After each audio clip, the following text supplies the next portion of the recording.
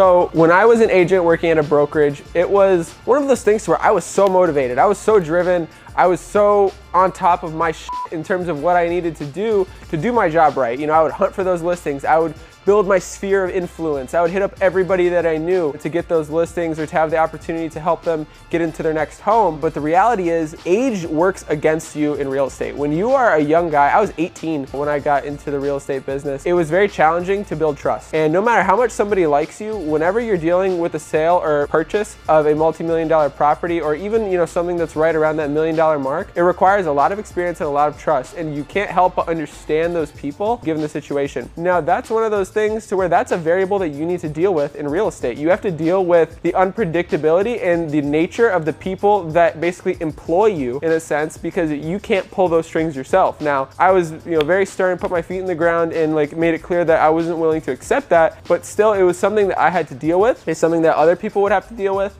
And it's one of those things that no matter how good of a job you do, you might not necessarily get rewarded the way you thought you would. But that's also very similar in trading. You know, you could do your job completely right in trading, execution-wise, and price action could still disrespect your thesis, and you could still lose money. So there's definitely challenges to both sides, except the thing with trading, it's yourself in the market. With real estate, there's yourself, your brokerage, the client. There's so many different variables that play there to where it can get, you know, a little frustrating depending on your personality.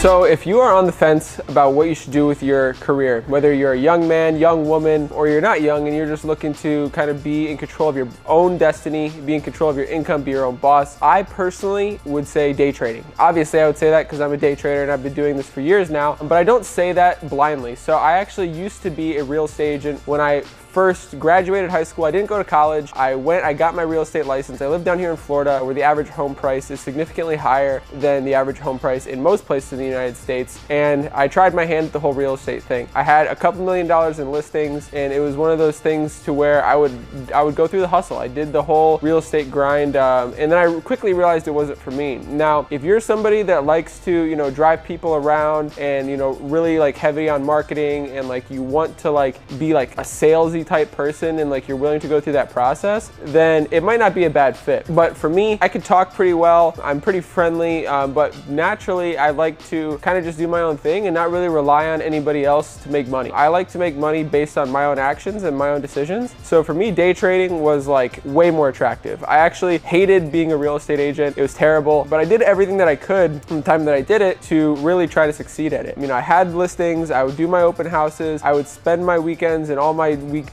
you know, going out looking for prospects, doing open houses whenever I could. I would even go on the MLS, find houses that I thought looked really cool, and then I would post them on my social media pages. I would send them to people that were potential leads, and I would try to represent the buyer on that type of a sale, even though I didn't have the listing. I just wanted to attach myself to homes that I liked and that I thought were cool, because whenever I would go into a house that was kind of whatever and try to sell it, it felt so inauthentic to me, and it was really hard for me to be able to do that job really well.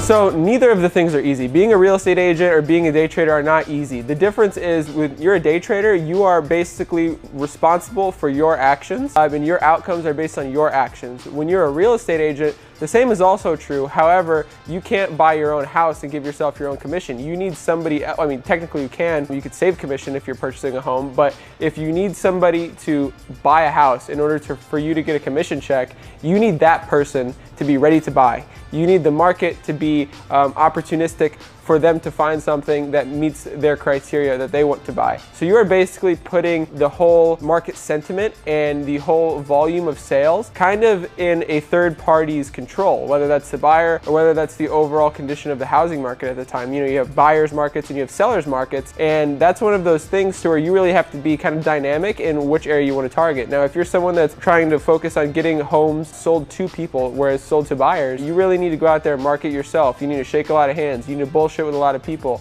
You need people to really want to deal with you. And when you're a younger guy, that's extremely hard because a lot of people that are looking to buy multi-million-dollar homes are a little bit older, you know, 40, 50 plus. They may not trust you if you're 18, 19, 20, 21 years old into buying or facilitating that transaction for a multi-million-dollar property. So there's a lot of roadblocks that you run into, and a lot of them are beyond your control. With day trading, by no means is it easy, but it's all based on your actions. It's based on your perceptions. It's based on market decisions or market information and the decisions you make on that information. Whereas with real estate, you could, be showing the nicest house. It could be priced fairly. You could work every open house. You could sit at the front desk in your brokerage from 8 to 5 or 7 to 5 every single day and answer the phone for every single call that comes in trying to build a lead list, and still go 2-3 months without getting a sale. Or if you do get that sale, you have to wait for it to close. So there's a lot of different variables that kind of delay you actually receiving those checks.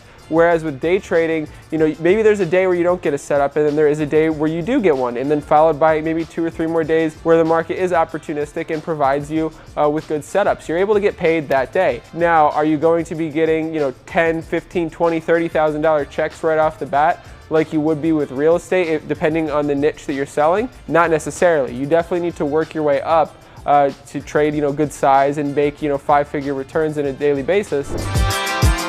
In terms of scalability, I think a good day trader is going to make way more money per year because of the fact that trading is so scalable. Real estate, on the other hand, it depends how much inventory is in the market, how many buyers are out there, how aggressive are your leads, how quick on these closing dates can you be. There's a lot more different factors that kind of make it very restrictive in terms of scaling. If you're a day trader, you can go from making $100K a year to making $1 million the next year, or you could go from making $1 million one year to making $5 million or $10 million based on not only market conditions, your mental clarity, your mental strength, and your risk appetite. But the real reality with trading, and it's not as easy as it sounds, but the truth is the only thing holding you back from making $10,000 on a trade or $100,000 on a trade is just the size of your order. Now, you could literally just turn your size up and make more money on the same exact move as you would that you make 500 bucks with. It takes the same amount of effort. Whereas with real estate, you have to have way more listings, so there needs to be a lot more inventory, or you need to be selling behemoth homes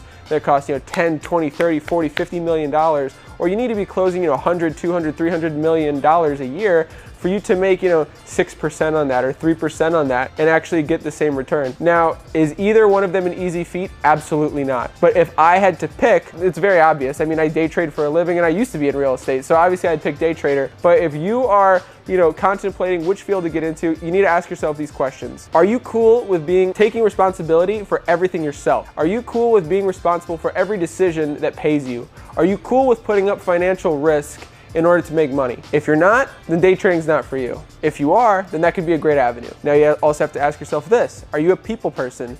Do you like going out, spending time with people, even if it might not financially benefit you? Do you like marketing things? Do you like pitching things? Do you like selling a dream?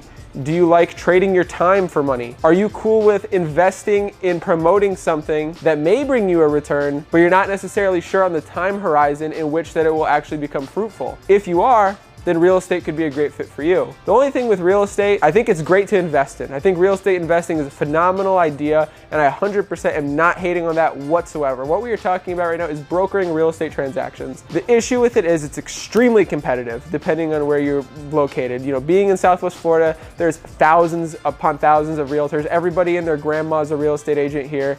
And it's one of those things to where you really are competing for the same prize. So it's one of those things to where you really have to be good at marketing yourself. You really have to be good at talking to people. You really have to be cool with being patient on the sale.